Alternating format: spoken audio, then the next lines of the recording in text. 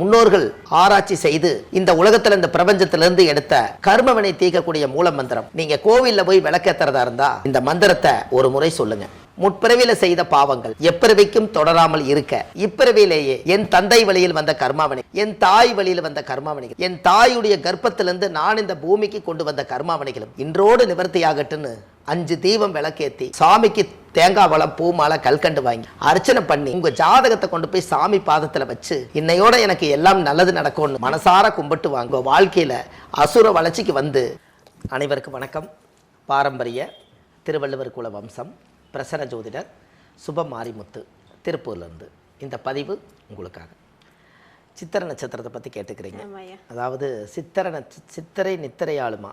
அதாவது இந்த சித்திரை நட்சத்திரம் 13 நட்சத்திரம் அஸ்தம் சொன்னீங்க. அப்போ இது 14வது நட்சத்திரம் இல்லைங்களாங்கம்மா? 14வது நட்சத்திரத்தில் சித்திரை நட்சத்திரம் பிறந்திருக்கு.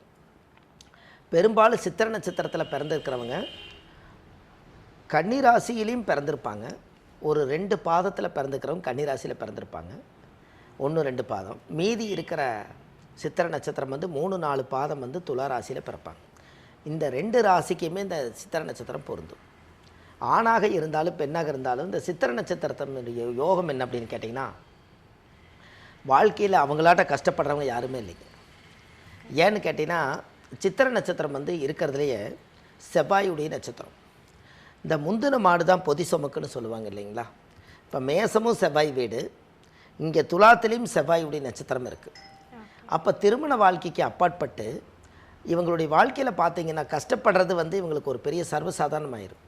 இவங்களுக்கு கஷ்டப்பட்டு வாழ்க்கையில் இனி இதுக்கு மேலே கஷ்டத்தை யாருக்கிட்டையும் சொல்லக்கூடாதுன்னு தனக்குள்ளேயே மூடி வச்சுக்கிட்டு வெளி உலகத்துக்கு சொன்னால் நம்மளுக்கு கஷ்டம் வரும்னு சொல்லி சொல்லாமலே கடைசி வரைக்கும் வாழக்கூடிய ஒரே நட்சத்திரம் சித்திரை. இந்த சித்திரை நட்சத்திரத்தில் ஒரு பெரிய யோகம் என்னென்னா, அவங்களுடைய முக பாவனை யார் மனசை புண்படுத்தாமல் வாழ்ந்து பழகுவாங்க. சிறு வயசுலேயே தாய் தந்தை விட்டு வெளியில் தனிமையாக வாழ்ந்து ஒரு சாதனை பண்ணணுங்கிற எண்ணம் அவங்களுக்கு எப்போவுமே இருக்கும். 2வது இவங்களுக்கு என்னென்னு கேட்டிங்கன்னா, தனியாக ஒரு தொழில் பண்ணி சமுதாயத்தில் ஒரு சாதனை பண்ணிடணுங்கிற எண்ணம் உதயம் இருக்கும். 3வது ஜாதகத்தில் பார்த்திங்கன்னா, இவங்களுக்கு மன வாழ்க்கை அதிரடி திருமணம் அமையும். அந்த திருமண வாழ்க்கை கொஞ்சம் காலம் நல்லபடியாக போகும். இடப்பட்ட காலத்தில் சில பிரச்சனைகள் வரும். அப்புறம் அதை சகிப்புத்தன்மையோடு வாழ்ந்துக்கிட்டு கடைசியில் வெளியில் சொல்லாமையே அந்த வாழ்க்கைக்காகவே கடைசி வரைக்கும் தியாகம் செய்யக்கூடிய ஒரே நட்சத்திரம் சித்திரை. இதில் சித்திரை நட்சத்திரத்தில் யாராவது பிறந்த என்னென்னா, அவங்கக்கிட்ட என்ன இருக்குதோ அது யதார்த்தமாக பேசி போடுவாங்க. மனசில் எதுவும் வச்சுக்க மாட்டாங்க. அது அவங்க சொல்லிட்டா தான் அவங்க வாழ்க்கையில் ஒரு பெரிய விஷயம்னு வச்சுக்கோங்களேன். எதாக இருந்தாலும் மனசில் பட்டுன்னு பேசி பட்டுன்னு அதை முடிச்சுருவாங்க. ஏன்னா அவங்க தட்டி கேட்கக்கூடியது ஒன்று செவ்வாயுடைய ஆதிக்கம் தான். இந்த செவ்வாயுடைய நட்சத்திரத்தில் யார் பிறந்தாலும் எவ்வளோ பெரிய கூட்டமாக இருந்தாலும் அவங்களுடைய அதிகாரம் கொஞ்சம் பலமாக தான் இருக்குது. இந்த செவ்வாய்க்கு அந்த பவர். இப்போ செவ்வாய்னா முருகரே அதிகாரமாக தான் வாழ்ந்தார். அதுபோல் அந்த தன்மை எங்கெங்கே எல்லாம் அந்த ஜாதகத்தில் ஒளிஞ்சிருக்கோ அவங்கக்கிட்ட ஒரு இறையருள் சக்தியோட அந்த செவ்வாயுடைய நட்சத்திரம் பலமாகும். இப்போ இதில் மெயின் என்னென்னு கேட்டிங்கன்னா, அப்போது அவங்களுக்கு மனசு திருப்தியாக ஒரு வாழ்க்கையை தேர்ந்தெடுத்து அந்த வாழ்க்கைக்குள்ளேயே கடைசி வரைக்கும் வாழணும், தன்னிறைவு அடையணுங்கிற எண்ணத்தை அதிகமாக வச்சுருப்பாங்க.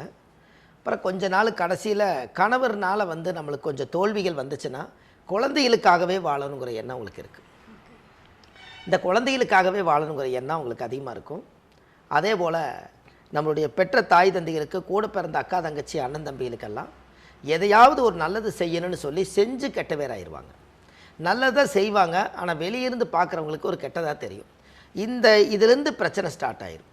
அப்போ நான் என்ன உங்களுக்கு நான் செய்யாமல் விட்டுட்டேன், இவங்க கேள்வி கேட்பாங்க இல்லைங்களா?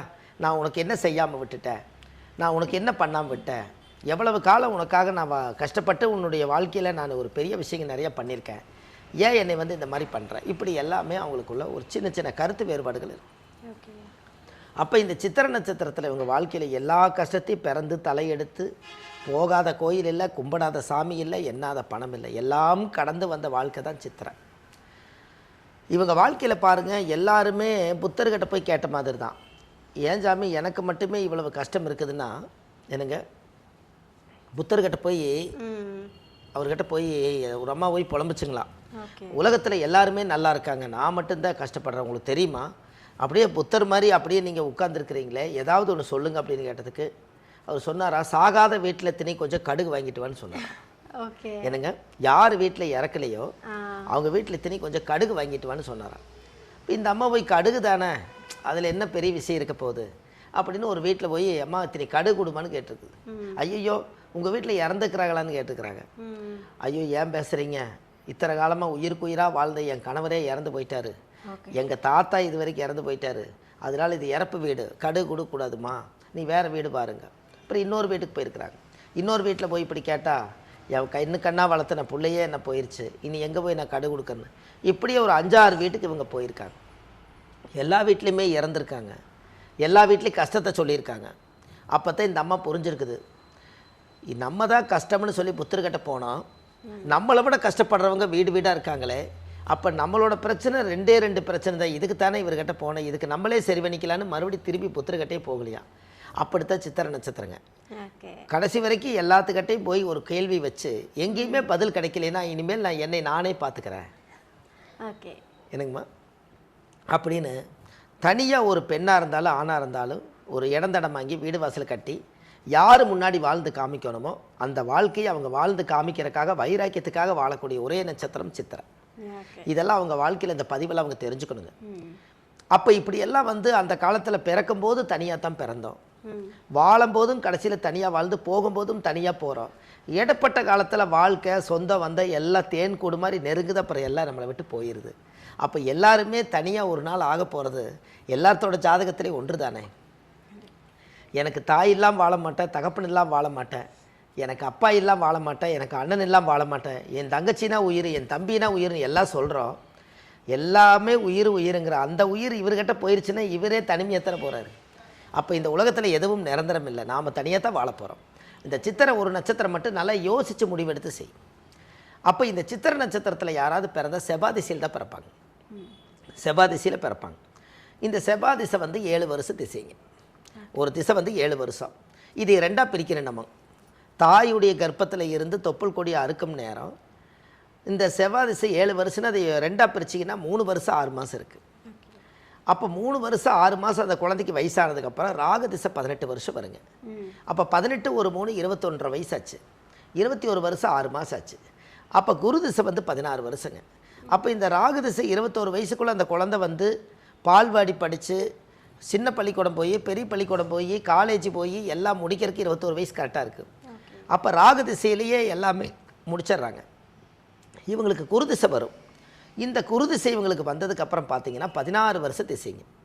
அப்போ யாருக்கெல்லாம் ராகு திசை 21 வருஷம் 6 மாதம்னா அப்போ குரு திசை 16 வருஷம் இல்லைங்களா. 20 ஒரு 16 36 1 37 வருஷம் 6 மாதத்துக்குள்ளே இவர் கல்யாணம் ஆகாமல் இருக்குமாங்க? கண்டிப்பாக நடக்கும். ஏன்னா 25 வயசில் பொண்ணு பார்த்தாலும் 30 வயசுக்குள்ளே முடிச்சிருவாங்க. அப்போ இவருக்கு இப்போ எப்போவுமே சித்திரை நட்சத்திரத்தில் பிறந்துக்கிறவங்களுக்கு ஜாதகத்தை எடுத்து இப்போ கூட செக் பண்ணுங்கள், அவங்களுக்கு குரு திசையில் தான் கல்யாணம் ஆகிருக்கு. இது நம்ம தெரிஞ்சுக்கொண்டு பாருங்களேன். எத்தனையோ மக்களுக்கு இது தெரியாமலே வாழ்க்கை. அதாவது உங்களுக்கு ஒன்று தெரியுங்களா, சொல்லாத காதல் செல்லாமலே போயிருமா. என்னங்க, சொல்லாத காதல் செல்லாமலே? ஆமாம், மனசுக்குள்ளேயே காதலை வச்சுக்கிட்டு கடைசி வரைக்கும் சொல்லினா பூவே உனக்காக கதை மாதிரி தான் ஆகுங்க. அது மாதிரி இவங்க மனசுக்குள்ளேயே எல்லாம் வச்சுக்கிட்டே கடைசி வரைக்கும் சாதிப்பாங்க. என்ன பிரச்சனைன்னு கேட்டால் கூட சொல்ல மாட்டாங்க, கடைசி வரைக்கும் வைராக்கியமாக வாழ்ந்துருவாங்க. அப்போ இவங்க ராகு திசை முடிஞ்சு இவங்க குரு திசையில் தான் இவங்க வாழ்க்கையில் அவங்களுக்குன்னு இடம் வாங்கணும்னு நினைக்கிறது, வீடு கட்டணும்னு நினைக்கிறது, குழந்தையில் ஒரு நல்ல ஸ்டாண்டர்டாக உட்கார வைக்கணும்னு நினைக்கிறது, நம்ம கணவருக்கு தேவையானதை தேடி வைக்கிறது, மனைவிக்கு தேவையானதை தேடி வைக்கிறது, எல்லாமே இவங்களுக்கு குரு திசை 36 வருஷம் 37 வயசுக்குள்ளே இவங்களுக்கு எல்லாமே கிடச்சி போயிடும். பூமி வாங்குவாங்க, வீடு வாசல் கட்டுவாங்க, தொழில் செய்வாங்க, தனிமையாக என்ன வேணாலும் சாதிப்பாங்க. இந்த பவர் வந்து ஜாதகத்தில் ஃபுல்லாக இருக்குது. அப்போ இது எல்லாம் முடிஞ்சதுக்கப்புறம் ஜாதகத்தில் பார்த்தீங்கன்னா அந்த அமைப்பு குரு திசை வரும்போது 36 வருஷங்க, சனி வந்தால் 19 வருஷங்க, சனி திசை 19 வருஷங்க. இப்போ கிட்டத்தட்ட 37 வயசு ஆச்சுங்க. 19 வருஷம் சனினா கிட்டத்தட்ட 37 ஒரு 20 57 வயசுங்கும் போது கிட்டத்தட்ட பார்த்தீங்கன்னா ரிட்டையர்டு வயசுக்கே வந்துடுறாங்க சனி திசையில், இல்லைங்களா. அப்போ இவர் சனி திசையும் புதன் திசையும் தான் இவருக்கு ரிட்டையர்டு வயசு. என்னங்கம்மா, சித்திரை நட்சத்திரத்தில் பிறந்துக்கிறவங்களுக்கு சனி திசையும் புதன் திசையும் தான் ரிட்டையர்டு வயசுங்க. அப்போது இவருக்கு சனி திசை முடிகிறதுக்குள்ளே 60 வயசு முடிஞ்சிடும். ராகு சனி முடிஞ்சு புதன் திசை வரும்போது 60 ஒரு 17 77 வயசு ஆயிரும். 77 வயசுக்கு மேலே இவர் மம்முட்டி எடுத்து பாடுபட போகிறதில்ல. கரெக்டுங்களாங்கம்மா? இருக்கிற உடம்பை தக்க வச்சுக்கிட்டு அவர் கரெக்டாக வாழுவார். அப்போ இந்த சனி மகாதிசைக்குள்ளேயே ஒரு வட்டத்தை போட்டு நம்மளுக்கு சனி திசை வரக்குள்ளே நம்ம கல்யாணம் பண்ணி நம்ம பிறந்த குழந்தைகளுக்கு படிக்க வச்சு அவங்களுக்கு கல்யாணம் பண்ணி பேரம்பேத்தி எடுத்துகிட்டு ஒரு சிறப்பாக கல்யாணம் பண்ணிட்டு வச்சுட்டா நம்ம வாழ்க்கை நல்லா இருக்குன்னு இவங்க ஒரு திட்டத்தை போட்டு வாழ்ந்தாங்கன்னா அந்த வாழ்க்கையில் ஒரு பெரிய சிறப்பு இருக்கும். என்னங்கம்மா? இது வந்து சித்திரை நட்சத்திரம். இந்த சித்திரை நட்சத்திரக்காரர்களுக்கு இந்த ஆர்டராக வருது பாருங்க வயசு. பிறக்கும்போது செவ்வாய் திசை 3 வருஷம் 6 மாதம், ராகு ஒரு 18 வருஷம், 18 ஒரு 3 21, குரு ஒரு 16 வருஷம் இல்லைங்களாம்மா? 16. அப்போ இது எல்லாமே கம்ப்ளீட்டாக முடியுது. 16ங்கும் போது குரு அவங்க வாழ்க்கையில் எல்லாம் தேடி வச்சு 37 வயசுங்கும் போது குரு திசை முடியுது. சனி 19 57 வயசு வந்துடுது. புதன் ஒரு 17 77 வந்துடுது. அப்போ கிட்டத்தட்ட பார்த்தீங்கன்னா ஜாதகத்திலேயே வச்சு பார்த்தீங்கன்னா இந்த கிரகத்தினுடைய அமைப்பு எல்லாம் வச்சு பார்க்கும்போது இந்த காலங்களில் இவர் இப்படியே திசை வரிசையாகவே வாழ்ந்துட்டு வந்துட்டார்னா நாம் டயத்தை வேஸ்ட் பண்ணாமல் காலங்களை வேஸ்ட் பண்ணாமல் உண்மையாக வாழ்ந்துட்டு போயிடுவாங்க இல்லைங்களா? இது நிறைய பேர்த்துக்கு தெரியாதுங்க. நம்ம கூட வயசு தான் கூட வருதுன்னு நம்ம நினச்சிட்டு இருக்கிறோம். நம்மளோட பிறந்த திசையும் கூட வருது. என்னங்கம்மா? ஏன்னா இது ஜோதிடத்துக்குள்ளே வராதவங்களுக்கு என்னன்னே தெரியாது. எங்கூட என் ஃப்ரெண்டு வர்றாருன்னு கேட்பார். உங்களோட 6 வரேன்னு என் ஃப்ரெண்டு தான் வர்றாருன்னு சொல்லுவார். அப்படி இல்லை. நம்ம வயசு கூட வரும்போதே நம்மளுடைய திசையும் கூட வரும். இந்த திசையில் எங்கேயாவது ஒரு இடத்துல வந்து போதுங்கிற மனமே அப்படின்னு சொல்லி பொன் போன்றது நிறுத்திட்டால் மட்டும்தான் உங்கள் வாழ்க்கை. இல்லாட்டி அது சுபிச்சம் பத்தாது இல்லைங்களா? அதனால் இந்த சித்திரை நட்சத்திரக்காருக்குன்னு ஒரு கோவில் இருக்குதுங்க. ஒரு தாயுடைய கருவறையில் இருந்து தொப்புள் கொடி அறுக்கும்போது சித்திரை நட்சத்திரத்துக்குன்னு தமிழ்நாட்டில் ஒரு பெரிய சித்தர்கள் மகான்கள் வந்து ஆதி காலத்திலேயே பல்லாயிரம் வருஷத்துக்கு முன்னாடி கோயில் கட்டி வச்சுக்கிறாங்க. அந்த கோயில் இந்த பதிவில் கொடுக்குறாங்க. அந்த கோயிலுக்கு போய் சாமிக்கு தேங்காய் பழம் மாலை கல்கண்டு வாங்கி அர்ச்சனை பண்ணி அந்த கோயிலில் போய் சாயம் போட்டு வந்தாச்சுன்னா உங்கள் வாழ்க்கையில் அசுர வளர்ச்சிக்கு வருவீங்க. கண்டிப்பாக இதை பண்ணிட்டு வாங்க, நல்லா இருப்பீங்கம்மா. சூப்பர் ஐயா. ஐயா இப்போ நீங்கள் வந்து ஒவ்வொரு விஷயத்தையும் வந்து திசை வாரியாக சொல்லியிருக்கீங்களா? அப்போ நிறைய பேருக்கு வந்து திசைனா என்னன்னே தெரியாது. ஆனால் நீங்கள் வந்து ஒரு தெளிவான விளக்கத்தை கொடுத்துருக்கீங்க. ஏன்னா வந்து இப்போ வந்து நல்லா எல்லாரும் பிளான் பண்ண ஆரம்பிச்சிருவாங்க. சித்திரை நட்சத்திரம் ஓகே, அப்போ நம்ம இந்த வயசுக்கு அப்புறமா கல்யாணம் பண்ணாதான் நமக்கு வந்து குரு திசை இருக்கு அப்படின்னு சொல்லிட்டு. ஸோ நீங்கள் சொன்ன விஷயம் வந்து சித்திரை நட்சத்திரக்காரங்களுக்கு வந்து ரொம்ப பயனுள்ள ஒரு விஷயமா இருக்கும்னு நினைக்கிறேன். கண்டிப்பாக வந்து அடுத்த நட்சத்திரக்காரங்க வந்து வெயிட்டிங்கில் இருக்காங்க. ரொம்ப நன்றி. ரொம்ப நன்றிங்கம்மா. வணக்கம்மா. இப்போ சித்திரை நட்சத்திரம் பார்க்க நிறைய விஷயங்கள் சித்திரை நட்சத்திரக்காரங்களை பற்றி பேசுனீங்க. சரிம்மா. ஸோ பிரச்சனையிலேருந்து விடுபடணும்னா கோவிலுக்கு போயிட்டு வாங்க, எல்லாமே சரியாயிரும் நீங்கள். கண்டிப்பாக. அப்போ சித்திரை நட்சத்திரக்காரங்கள் எந்த கோவிலுக்கு போயிட்டு வந்தால் எல்லாமே சரியாகும் ஐயா? கண்டிப்பாக. ரொம்ப சந்தோஷம். அதாவது சித்திரை நட்சத்திரத்தில் நம்ம சித்திரை நட்சத்திரத்தை பற்றி நிறையா பார்த்தோம் இல்லைங்களாங்கம்மா? அவங்க வாழ்க்கையில் எவ்வளவோ கஷ்டத்தை எல்லாம் தாண்டி வந்து இன்றைக்கி ஒரு வாழ்க்கையில் நல்லா இருக்கணும்னா அவங்களும் ஒரு நட்சத்திர கோயில் போகணும் இல்லைங்களா? சித்திரை நட்சத்திரத்துக்குன்னே ஒரு கோவில் ரகசியமாக கட்டி வச்சுருக்காங்க. இத்தனை காலமாக அவங்களுக்கு அது தெரியாது. இந்த 27 நட்சத்திரத்தில் சித்திரை நட்சத்திரத்துக்கு ஒரு சித்தர் கட்டி வச்சுருக்காங்க அந்த காலத்தில். அதாவது என்ன அப்படின்னு கேட்டிங்கன்னா, மதுரை பக்கத்தில் பெரியார் நிலையம் பக்கத்தில் குருவித்துறை போகிற வழியில் சித்தார்த்த வல்லப்பெருமாள்னு அந்த கோவில் இருக்குதுங்க. இந்த கோவில் வந்து ரொம்ப பழமை வாய்ந்த கோயிலுங்க. அந்த கோவிலில் போய் 5 விளக்கு தீபம், சுவாமிக்கு தேங்காய் பழம் பூ மாலை கல்கண்டு வாங்கி சாமிக்கு அர்ச்சனை பண்ணி சாமி கும்பிட்டு வந்தால் அந்த சித்தார்த்த பெருமாள், அந்த வல்லப்பெருமாள், நீங்கள் கூகுளில் சர்ச் பண்ணும்போது சித்தார்த்த வல்லப்பெருமாள் நீங்கள் சர்ச் பண்ணணும். மதுரை மாவட்டம் பெரியார் பஸ் நிலையம் பக்கத்தில் குருவிந்துறை போகிற இடத்துல தான் அந்த கோவில் இருக்குது. நீங்கள் அந்த கோயிலில் போய் தீபம் போட்டு சாமி கும்பிட்டு வாங்க. இந்த சித்திரை நட்சத்திரத்தினுடைய தோஷ நிவர்த்தியாகி அன்னையிலேருந்து அவருக்கு ஒரு அசுர வளர்ச்சி பிறக்குங்க. கண்டிப்பாக போயிட்டு வாங்க, நல்லதே நடக்கும்.